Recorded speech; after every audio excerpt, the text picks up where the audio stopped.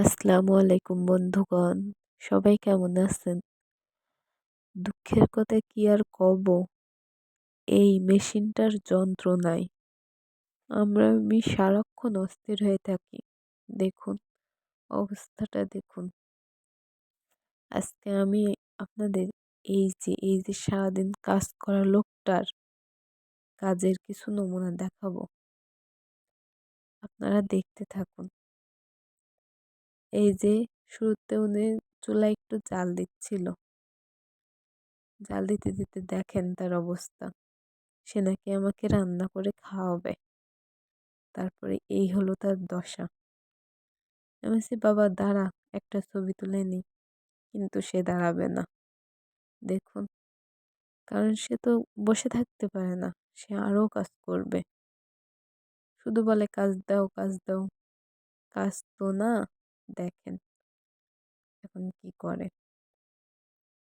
এই যে তার আরেকটা কাজ, ছাগলে পায়খানা করেছে, এখন সে খুঁটছে। বলছে, মা নাও, তোমার জন্য বাদাম, তুমি বাদাম খাও। এই দেখুন, আবার এসে চুলায় জাল দিচ্ছে। এই যে এই যে মাটির চুলাটার অবস্থা এই করেছে, ভেঙে চুরে শেষ। কি আর বলবো। আর এই আরেক বান্দর, এটা আমার ছোট ভাই। আমার গলার অবস্থা খুবই খারাপ, তারপরে ভয়েস দিচ্ছে। আর এই যে এরা দুটো মিলে এই অবস্থা করেছে। দাঁড়ান, ওর জামাটা আপনাদের একটু দেখায়। এই দেখুন, এই দেখুন জামাটার অবস্থা কি।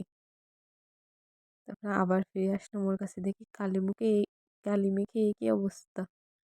আবার হ্যালো করছে। ও বাবা, এই দেখুন কত কাজ তার, সারাদিন কাজের শেষ নেই। একবার উঠাবে, একবার নামাবে, কালি মাখবে। আর যদি উঠাইছি, বাবা রে বাবা, সে তো উঠবে না। এই দেখুন শুরু হয়ে গেছে।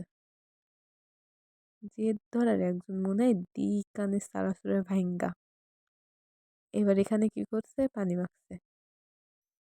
এই যে বাড়ির মুরব্বি, এদের নিয়ে যে আমি কি করি সারাদিন, তার এই কাজ শেষ হবে না। সারাদিন কাজ চলতে থাকবে, ঘুমালে একটু শান্তি পাই। দেখুন, আর কি ইনোসেন্টের মতো তাকায়, আহারে কি ইনোসেন্ট। তারপরে কি করব, দুটোকে গোসল দিয়ে দিলাম। আর এই যে গোসল করে রেডি সেডি হয়ে বসে আছে, এখন ভাত খাবে। আচ্ছা বাবা একটু ছবি তোলো। তো বলছে না, ছাড়ো আমাকে।